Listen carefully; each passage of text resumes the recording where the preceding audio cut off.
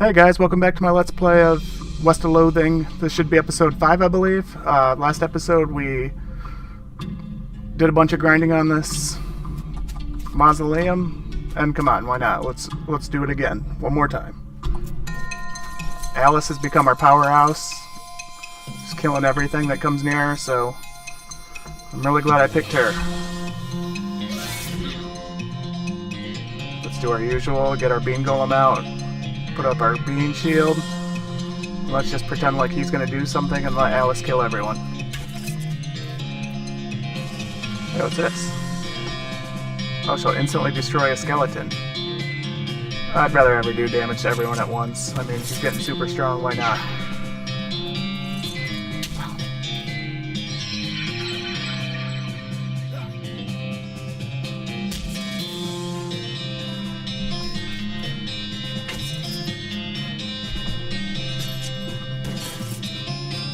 Man, she's getting so strong.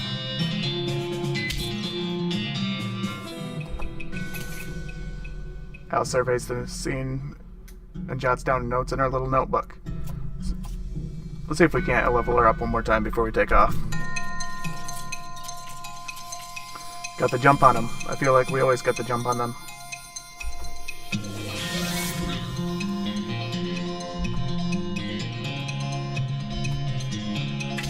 Oh, I attacked the wrong guy.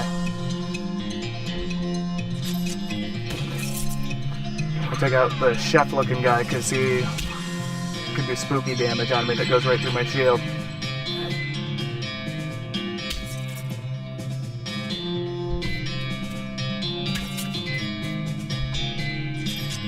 Alright, because I screwed it up, he's going to live one more round.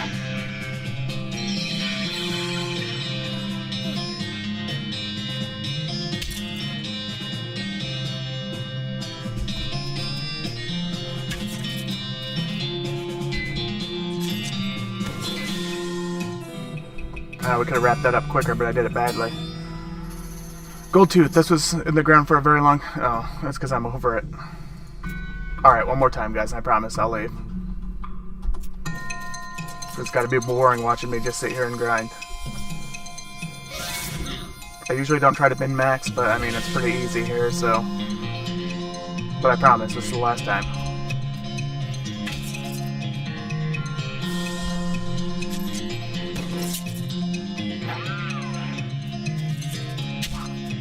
So just a tip for you guys, if you want to level up your characters really high, just stay right here and just keep fighting them over and over.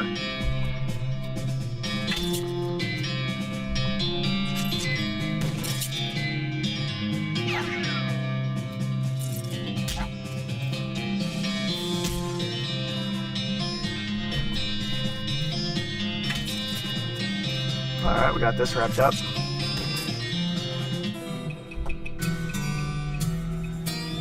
Alright, like I said, we're going to move on. You guys don't want to see me do that all day.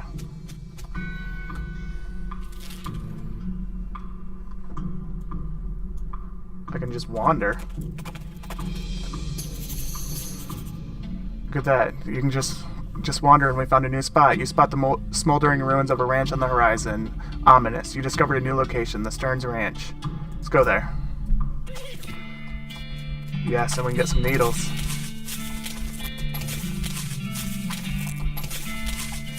Hey, get out of here. Is that Alice? Yep. I wish I'd saved Kraken. Still some food.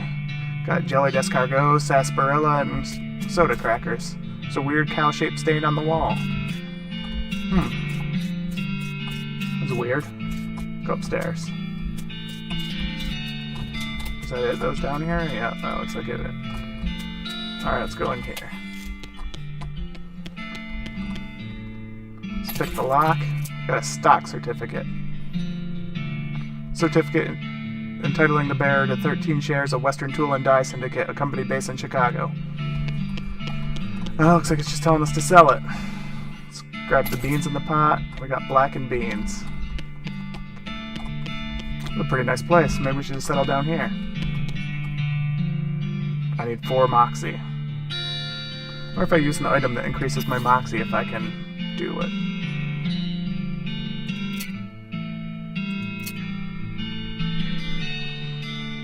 Alright, what increases my moxie? Increase your moxie by 5 for the rest of the day.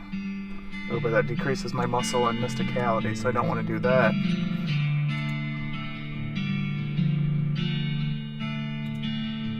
Increase your muscle by 3. It's actually just... I do it by... Where's my moxie at right now? Moxie's at 3, so that won't get me there. What about the sarsaparilla? Alright, let's drink it. Again, the effect saspa whatever.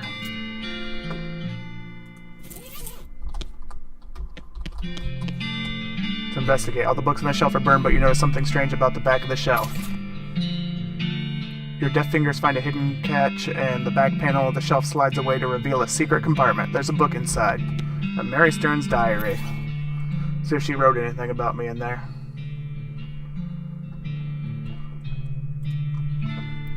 Little girl's diary, brown... Oh, a little girl, but hopefully she didn't write anything about me in there. That's probably the last video I'm doing. Browned a little all around the edges, but otherwise untouched by the fire. First page says, in the little girl's handwriting, "This is the diary of Mary Stearns. But I and Dairy..." Oh, it is dairy. Oh, wow, I can't read. Are crossed out and an IA are written above them. The diary starts out as typical kid stuff. You flip ahead until you notice the writing getting shakier. Found a dolly under the cactus out back, and she told me her name was Grace. Mama and Papa don't believe me that she talks. They say I got a big imagination. Grace says the cows are going to get us, but Papa says, well, we'll be okay. This weren't never a cow ranch. Grace says he's wrong, but Papa won't believe him. Grace says she can keep cows away, but I have to play tea party with her. Let's keep reading. I don't like this kind of tea party, but Grace says it's important to keep the cows away. Mama was sad and they couldn't find Effie. Papa said she's been gone so long and they should put a cross up, but Mama won't let him because she thinks she'll come back. Papa said she's only 11. How far could she have gone? And Mama started crying again. Don't want to play tea party anymore, but Grace says I has to. I feel like Effie was sacrificed downstairs.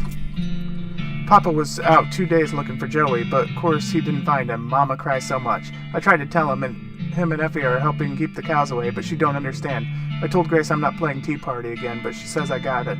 And if I don't, the cows will eat all 3 of us. She said either I get Mama or Papa to play, or else I gotta play by myself. That's what happened, guys. I'm pretty sure they're all murdered in the basement. Why did I'm pretty sure I quit reading it. Hold on 1 second.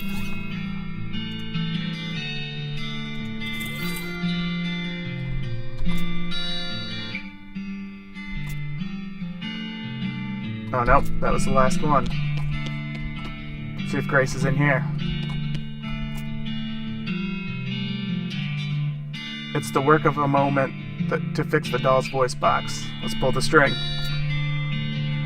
You pull the string and the doll's eyes roll back into its head and its mouth begins to move. Hi, I'm Grace. What's your name? I'm Dick.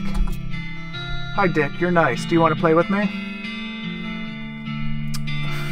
Guys, I'm pretty scared. I hate haunted dolls. Let's play.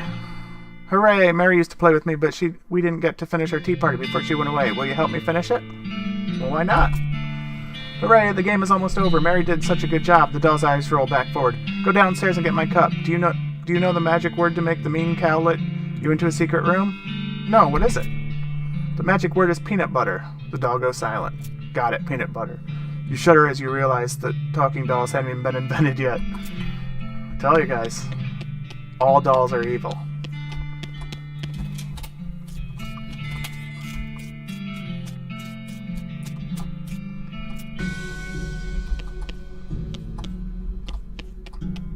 Hey, I'm pretty sure that's a Stanley Cup. Let's check it out.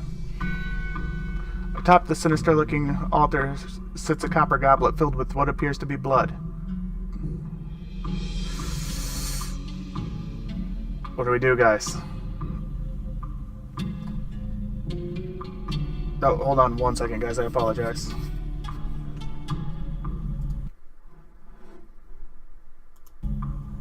Alright, I'm back. Sorry about that. Alright, did you think about what we're going to do? Alright, you're right. I think we're going to take it. Got the item, a goblet of blood.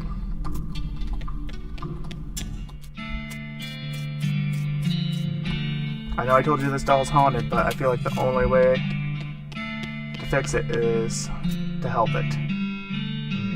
My tea, we can finish our tea party. You carefully pour blood from the goblet into Grace's mouth. Grace leaps out of the toy box laughing maniacally and climbs the ranch's house's ruined chimney. She turns toward you. See you soon. She leaps the ground behind the house and scampers off northwest. That's probably fine. She left us alone. I mean, we may have murdered dozens of people in the process, but I mean, we're okay. Got an item unlocked. Wonder if we can take that back to the sheriff. Oh, we can't. We left that town. Get out of here. Between the smoke and the noise, you're guessing that the contents of this outhouse are made more dangerous than the average outhouse contents. What is this thing? I don't think we have to go all out for it. It's a pyro bove. Let's get our crowbar out. Ah, yeah, we're fine.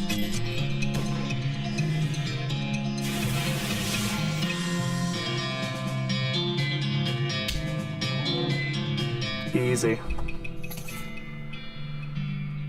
We got a toilet pistol. It's the best kind of pistol. By the soft light of the fading embers, you see a glint of light from below. You hold your nose in one hand as you fish out your prize with the other. Guys, I'm not too proud for a new weapon. Does it automatically equip? Nope. Damage 3 to 4. Deal stench instead of physical. And 5 poison. I definitely think it's worth it.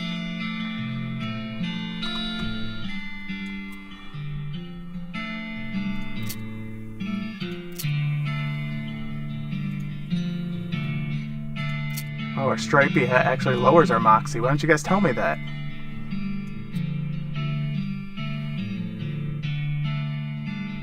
Why am I at 3? Moxie determines how much damage your pistol attacks do, and how much damage you take when you get shot by enemies. For example, if a range attack against a goblin would normally do 3 damage, but your moxie's 1 higher than the goblin's, the attack will do... Why am I at -3? Oh, because everyone will hate me if I wear it.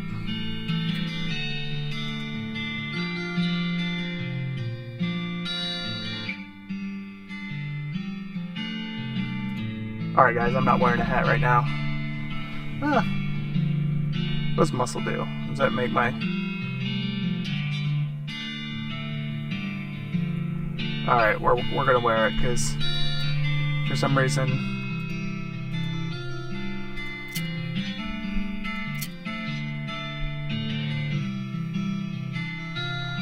Alright, let's get out of here.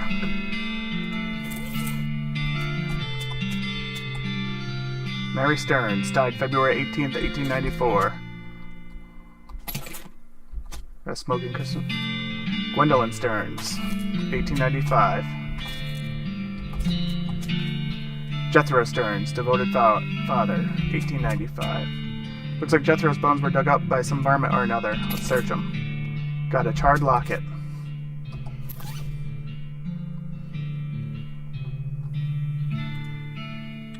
You could call it a locket on account of how unlucky that... on account of how lucky it was to escape that fire. Let's examine it. Luck. Alright, let's pick it.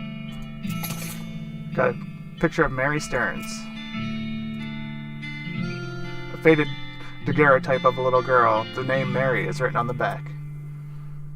It's a photograph of a serious-looking little girl. On the back is written Mary Stearns, Thanksgiving, 1894. Alright. Looks like all we can do here. We'll just have to keep an eye out for the devil doll later.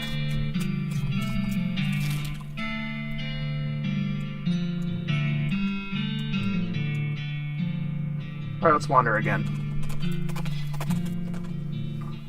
You discover either an open grave or a very deep rectangular pothole. Well, if it's a pothole, there must have been a very long time because you found the remains of an antique traffic accident. handful of old coins, a gold skull, and grave dirt. One more time. Find a wrecked bank stagecoach with a strongbox in the back. It's too heavy to carry, but too locked to open. 257 meat.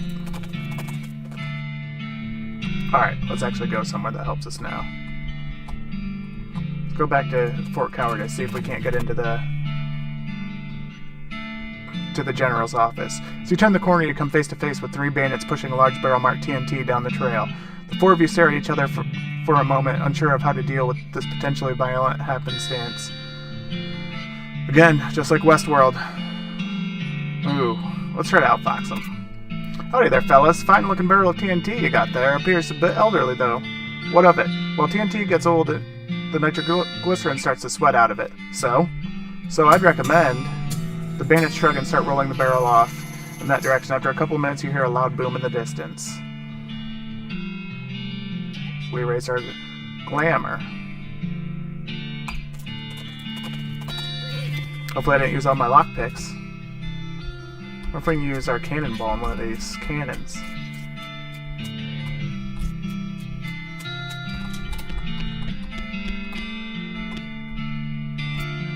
Oh yeah, I forgot.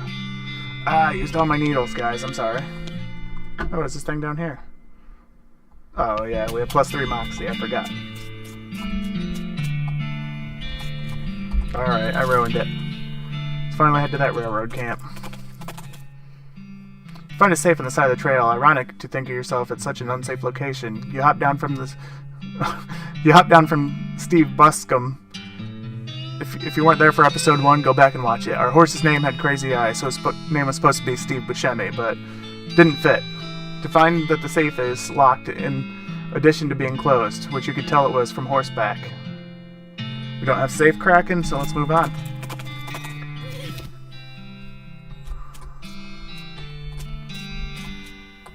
I forgot all about Steve Buscombe until just now.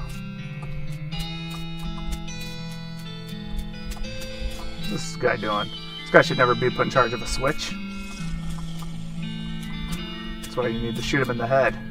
The old Cleveland Shark. Yep, the good old steam monster.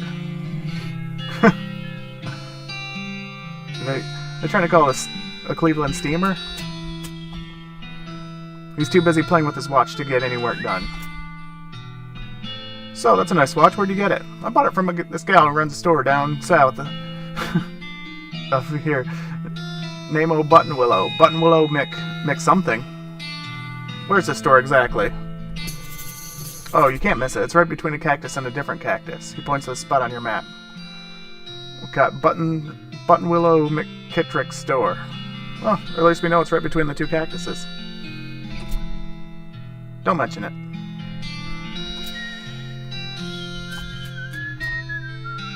She's not getting much track laid, but she's an expert whistler. Well, with her around, I'm guessing it's more than tracks getting laid.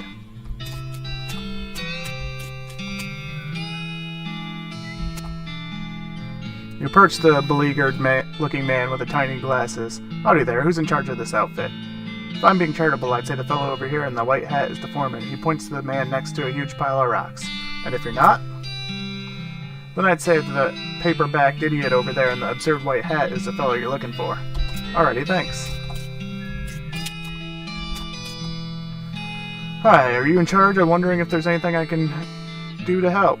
You know something? I love trains. Oh? Ever since I was a little boy, huge, magnificent, roaring iron beasts. They were magical to me, like dragons. When the opportunity arose to take management of this rail line, I jumped on it like a shot. And you know what I learned? Probably not to be in charge of trains. Organizing and building and running one of these operations is the most amazing pain in the ass you will ever imagine. You want to help? Congratulations, you're the new foreman. I'm going to play with my models. Alright guys, I got this. I'm in charge. Well now, I suppose you can't be any worse than the last clown. He extends his hand. Name's Smee. I'm your assistant. What's the situation? Well, I'm sure you didn't miss seeing this giant pile of rocks blocking our path. The surveyors say there isn't anything other suitable mountain paths, so we can't reroute around it, even if we had the months it'd take. Any ideas? Well, by my calculations, we could dynamite it clear without too much trouble. Problem is, it'll take a lot of dynamite. A whole year's worth, I figure. We used to keep that much on hand for emergencies, just such as this one, but a pack of goblins stole it all away. Sneaky little varmints. Alright, let's get it back. Glad to hear it. The goblins are holed up over at Gustav's and Gulch. It's a real tough place. A real rough place. You might want to spend some time getting the lay of the land and honing your fighting skills before you head that way, especially if you plan on going guns blazing. There's no other way, guys. We're going in guns blazing.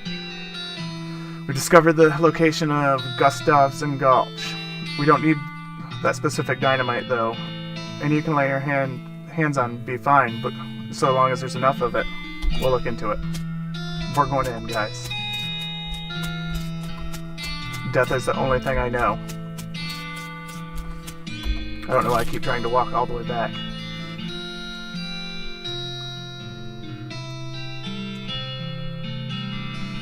Let's first go to Button Swallow's store, see if we can't buy anything to help us out. Ooh, we also got Shaggy Dog Cove. Your keen eyes detect a secluded cave in the near distance. Exploring it would definitely be a good use of your time. Let's go check it out. How did we see that on the way to the store? That was like 10 miles out of the way.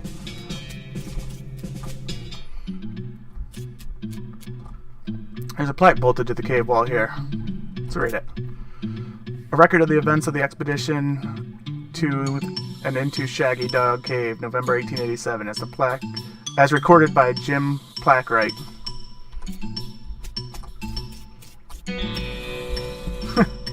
Are we going to read them the entire way here? There's a plaque bolted to the cave wall here. Having acquired through various and sundry means a story which is interesting in its own right but better saved for another time, a map purporting to lead to a large cache of jewels and ingots of precious metals hidden by the infamous highwayman and train robber Black Coal Jr. in the years before the cows came home. I, Jim Plackwright, along with 3 compatriots whose name, these being Nathaniel Wyman, Cyrus Howard, and Douglas Watts, set out to find Shaggy Dog Cave and the aforementioned treasure.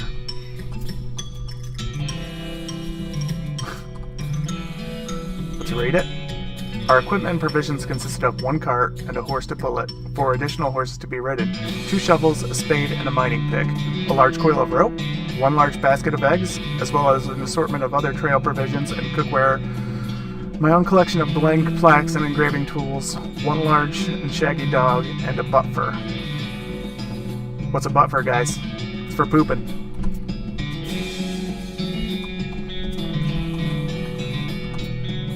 After traveling for the 2.5 days to the south and east, we arrived at a small town named Dirtwater, the largest settlement in the vicinity of Shaggy Dog Cave. Leaving the dog to watch the horses, the 4 of us entered the local saloon and each ordered a beer, except Cy, who was satisfied with water.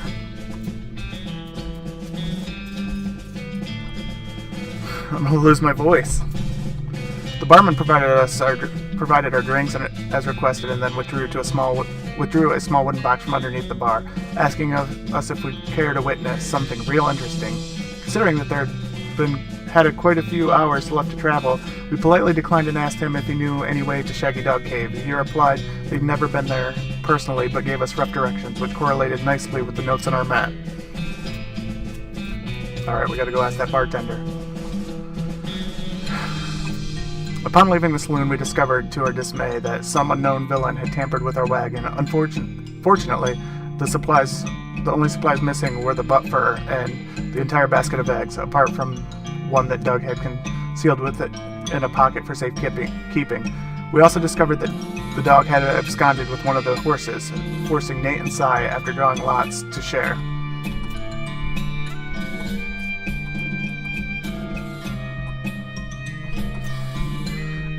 After acquiring a barrel of fresh water for the trip, as well as a replacement butt fur, we headed out into the open desert. The sun shone down mercilessly upon us, though we took a small solace in the fact that it would have been far more intolerable had we made this expedition during the summer months rather than November. In order to pass the time on the trip, resist becoming dazed from the heat and susceptible to desert mirages, we exchanged stories of our youth, which I will not be retelling here for reasons of length. Except this guy wrote 10,000 plaques to this cave, and I feel like there's nothing in it. However, I will relate to you 3 odd occurrences that happened to us during our trek through the desert.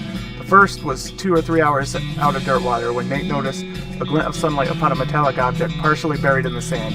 This was revealed to be a brass oil lamp of foreign design and manufacture, which fortuitously still contained a quantity of oil. Deciding this might come in handy, we stashed it in the wagon with our other tools.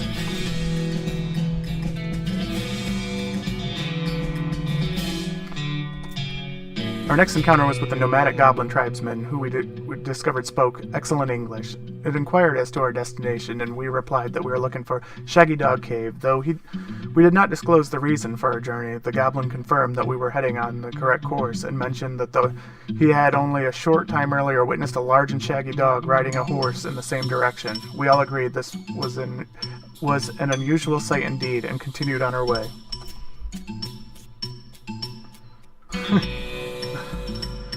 It's going to be the death of me. Sometime later, we encountered a large adobe hut occupied by 2 identical-seeming old men with wild hair and long white beards. They invited us to take shelter from the heat, which we gratefully accepted and introduced themselves as hermits. This struck me as peculiar, given there were 2 of them, but I felt it would be rude to question them on that point. Hey, there's 2 dudes living out in the desert. Nothing wrong with that.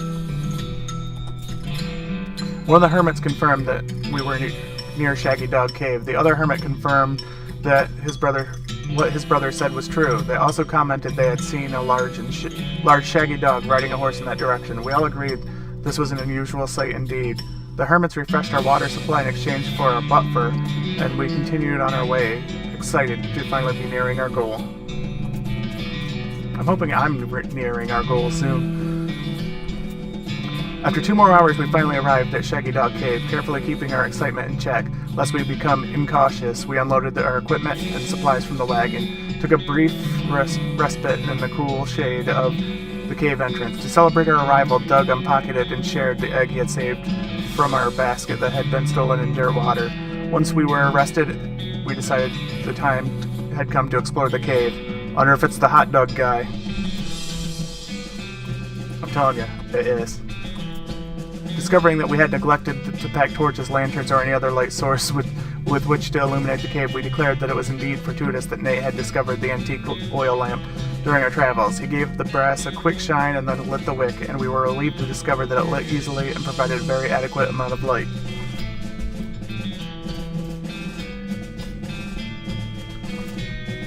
As we headed into the cave, we were further encouraged by the fact that the floor was quite even and easy to traverse, and there were no side passages which might cause us to become lost.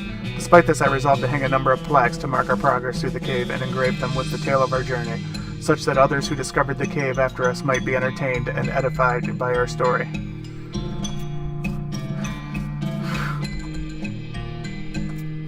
Soon we came to the end of the tunnel. While Nate, Cy, and Doug took turns with the excavation, and I completed the last of the aforementioned plaques. It was a matter of perhaps an hour before Cy's shovel struck a wooden surface with a hollow noise as we hauled the traditionally styled treasure chest out of the hole with great excitement. I thought we were going to walk all the way to the end, and it was going to say there was nothing here. The chest was locked with an ancient rusting iron padlock, which broke easily from a single swing of our pickaxe. We opened the lid slowly, and the flickering light of the antique oil lamp shone brilliantly upon jewels of every color and shining ingots of precious metals, just as promised by the legend of Black Coal Jr. Joyous at our triumph, we loaded the chest into our wagon and began the journey home. Thank you for reading, and may your own endeavors be equally successful. Signed, Jim Plackwright. Is that really going to be it? It's a completely empty one. That's it, guys. That's all that's in here. Are you kidding me?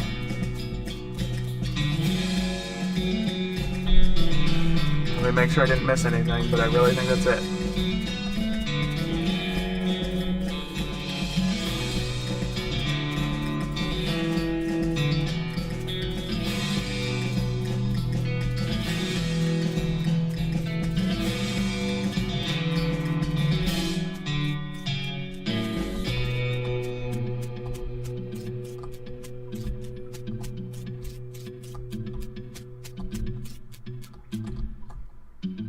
No, I will read no more plaques ever again in my life.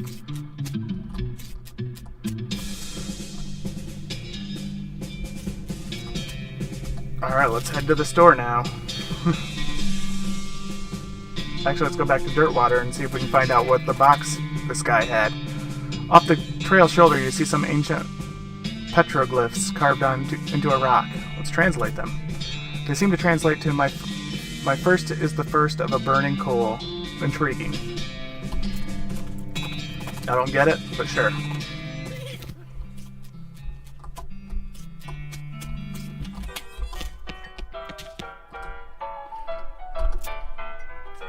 I heard you had something interesting back there. I'm not sure what you're talking about. Maybe my info's too old. I found a note from some travelers that passed through here about 8 years ago. Oh yeah, that was the previous bartender. He had a little trick he used to offer to show people. It's what he got him fired eventually. The senator's wife wasn't amused.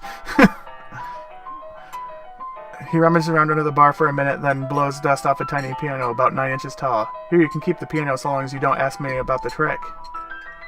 It's a miniature piano. It'd be the right size for a foot-tall tickler of the ivories, but the winding key on the side seems to indicate that it plays itself. Thanks.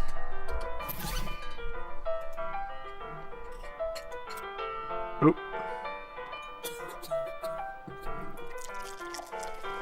Why not? You wind up the crank merrily and the piano starts tinkling merrily. So tinkly.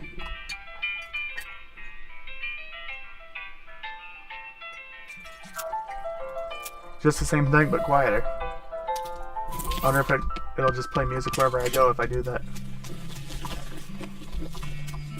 Oh yeah, I gotta get this idiot broken leg pills too, I forgot.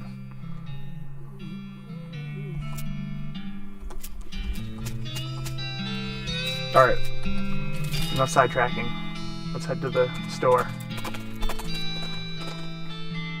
You happen across an abandoned crate which apparently fell off a wagon or something since the lid has been knocked loose. You know what that means. Free stuff. A can of kerosene and a can of oil.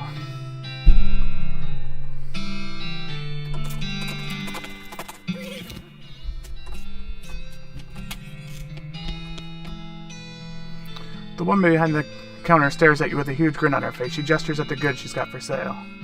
Let's take a look.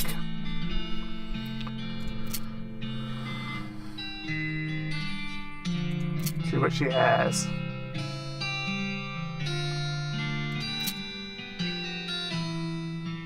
Let's learn a new bean slinging skill.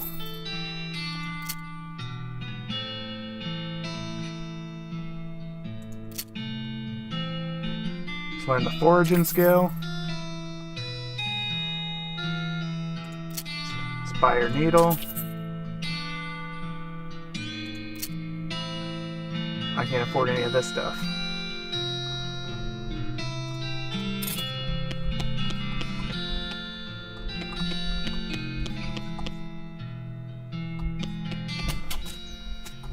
Anything else out here?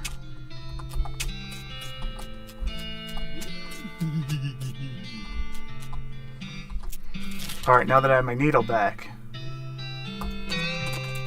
let's go to Fort Cowardice again and go into that general's office.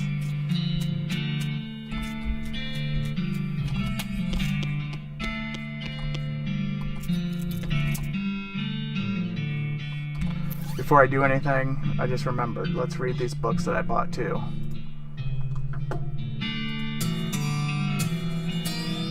Read the book and learn all sorts of new tricks for squeezing extra stuff out of cactuses and whatnot. So we got this foraging skill. Unfortunately, while practicing your techniques, you accidentally squeeze the book into juice, which it turns out isn't a real thing. Book juice is real. Let's learn our new bean slinging skill.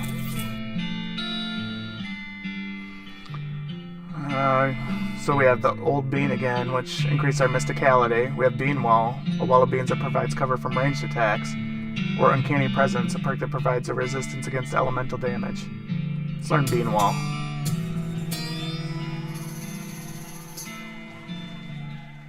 We lost it behind a wall. Probably shouldn't try to open this pie of safe while the goblin is shooting it. Alright, let's kill this goblin. Goblin is seated at the desk, repeatedly firing his pistols at the pie safe. Let's get their attention. Say, what you doing? Glee black, cork. Oh, prob blunt, glee gurf. Alright, enough of that nonsense. Bring out our bean golem. Try out our bean wall.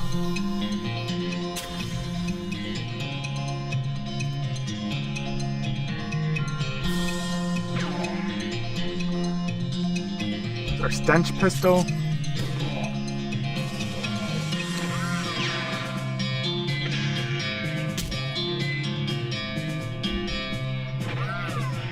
Wonder if poison stacks. Oh, it does.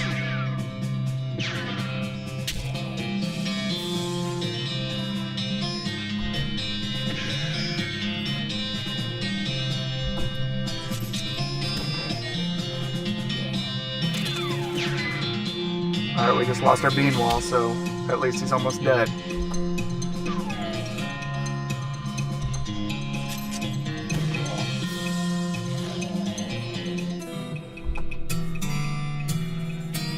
Got General Gob's pistol. Or if you're a fan of Arrested Development, I mean, it could be Job. 6 to 8 damage, 40 meat if we sell it. Pistol is not a goblin manufacturer, which you can tell because it doesn't look like complete garbage. Quite the opposite, in fact. It looks like not garbage. Got his hat for 2 muscle. I like a tiny cowboy hat, so I think we're going to leave it, guys. We got a lead pie. What's our gun do now? Oh yeah, I think I'd rather have the poison damage to stack on that, guys. Alright, but with all that said and done, I think I'm going to leave it off here. Go ahead and comment, like, subscribe if you want to see more episodes. I'll see you next time.